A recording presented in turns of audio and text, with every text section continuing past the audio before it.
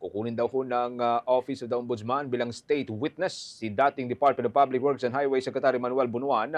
Yan ay doon sa mga kasong nabunyag dahil yan sa flood control scandal. May update po dyan si Bombo Grant Hilario. Balak ngayon kuhain ng Office of the Ombudsman si former Department of Public Works and Highway Secretary Manuel Bunuan bilang state witness para sa mga kasong may kinalaman sa anomalya ng flood control projects. Ayon mismo kay Ombudsman Jesus Crispin Boying Remulla, hihilingin nila sa Korte ng Sandigan Bayan na ma-discharge o matanggal bilang akusado ang dating kalihim sa mga kasong kinakarap nito. Mayroon na anya silang nilagdaang kasunduan patungkol sa kooperasyon mangyayari sa pagitan ng Tanod Bayan at ni former Public Works Secretary Manuel Bunuan. At tapos ano pala, we already have a signed agreement for the cooperation of former Secretary Manuel Bunuan to be a state witness, to be a cooperating witness. We will discharge him we will ask the court to discharge him as a respondent so he can testify for us as a state witness. Dagdag pa ni Ombudsman Boying Remulla, naghain na rin daw sila ng motion to discharge sa korte upang maging testigo para sa panig ng prosekusyon. Naniniwala kasi ang Ombudsman na mga nalalaman umano ng dating kalihim ay maaring magamit nila sa mga kaso.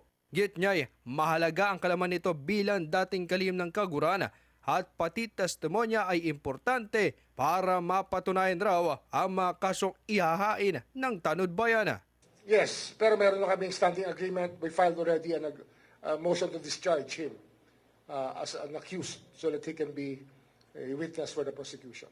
The knowledge that he has about the whole institution is something very important to us to be able to prove many cases. There are other people who will be, we will be benefiting from his testimony with regards to so many of the cases that we are filing.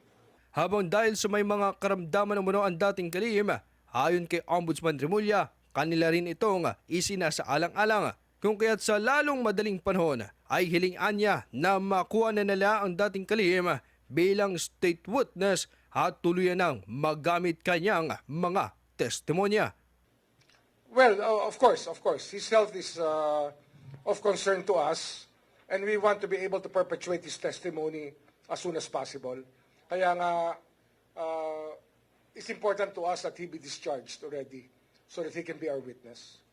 Ano to kasi nga, the tactic here and what we're trying to do here is to finish the cases as early as possible. Kasi yung naging dating lumang tugtugin ng inordinate delay of justice, hindi ho mangyayari dito.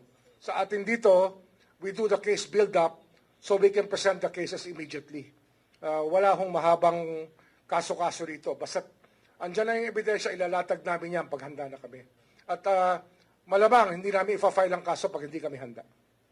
Sa kasalukuyan, naharap ang dating kalihim sa kasong plunder aabot sa halagang higit 500 milyong piso kasama si Senador Jinggoy Estrada at iba pang mga kapwa akusado.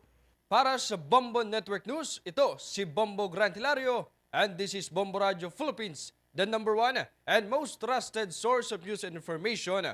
Basta Radio, Bombo!